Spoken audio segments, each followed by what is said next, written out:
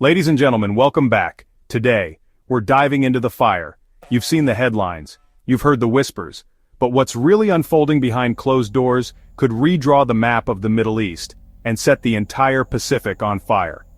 Let's start with what just happened.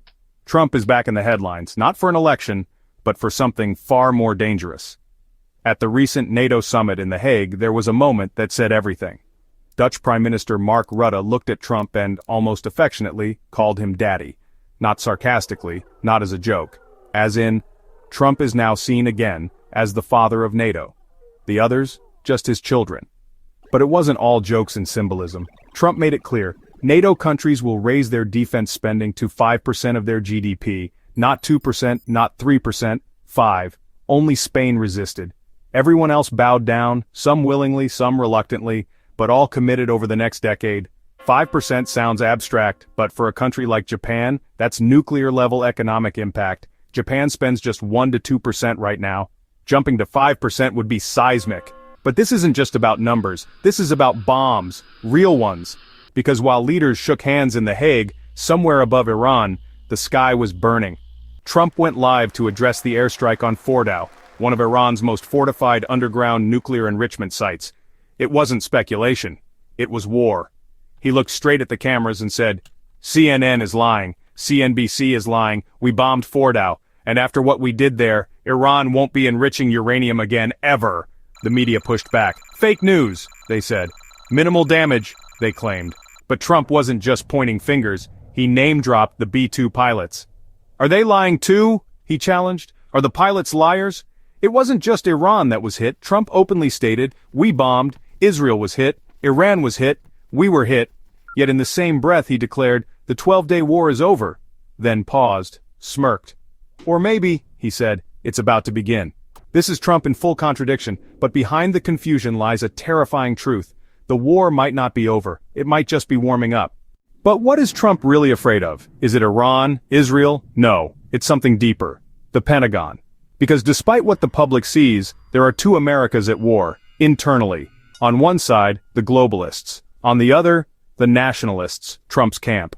And what they want is very different. The nationalists, Trump's people, do not want a war in the Middle East. Not in Mesopotamia, not in the Sahara, not in the Gulf. They know the real war is in the Pacific, and they want to save their firepower for China. That's why over the past few months, we've seen something unusual. Hamas leaders assassinated, Hezbollah crippled, Yemen's militias disappearing into the shadows. Why?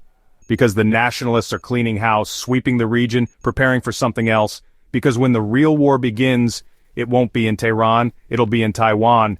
But before we cross the ocean, back to Iran, Trump said it plainly, we're bringing peace. But which peace? The peace that silences Iran? The peace that sidelines Israel?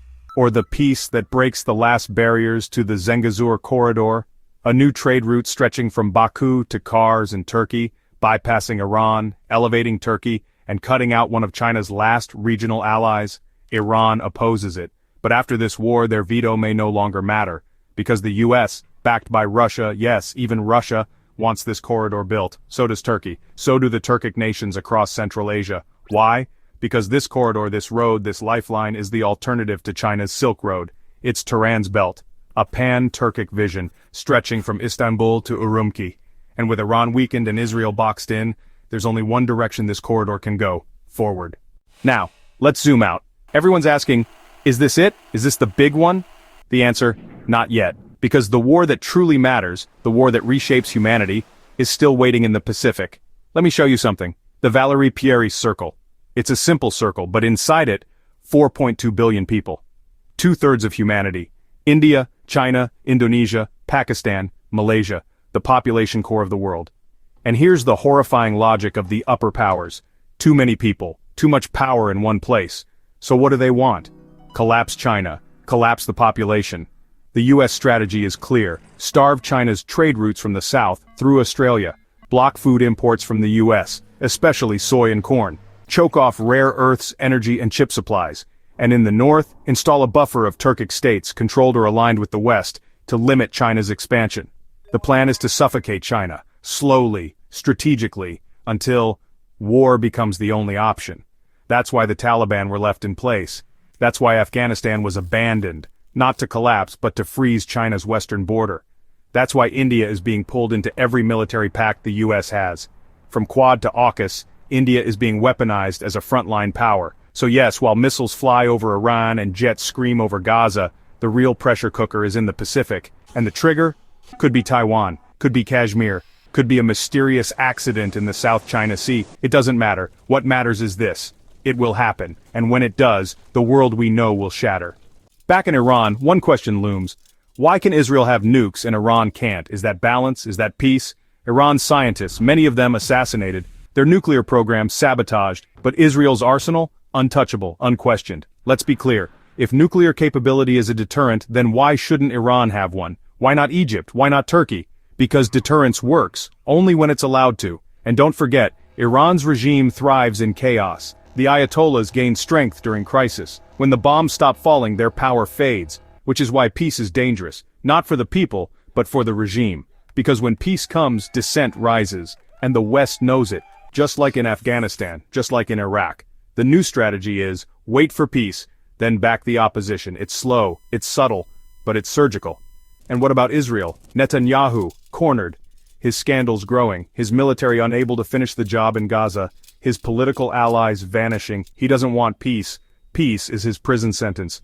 But the Americans, they want this over. Because Trump's nationalists are racing the clock. Their real goal? Stop China before it becomes unstoppable.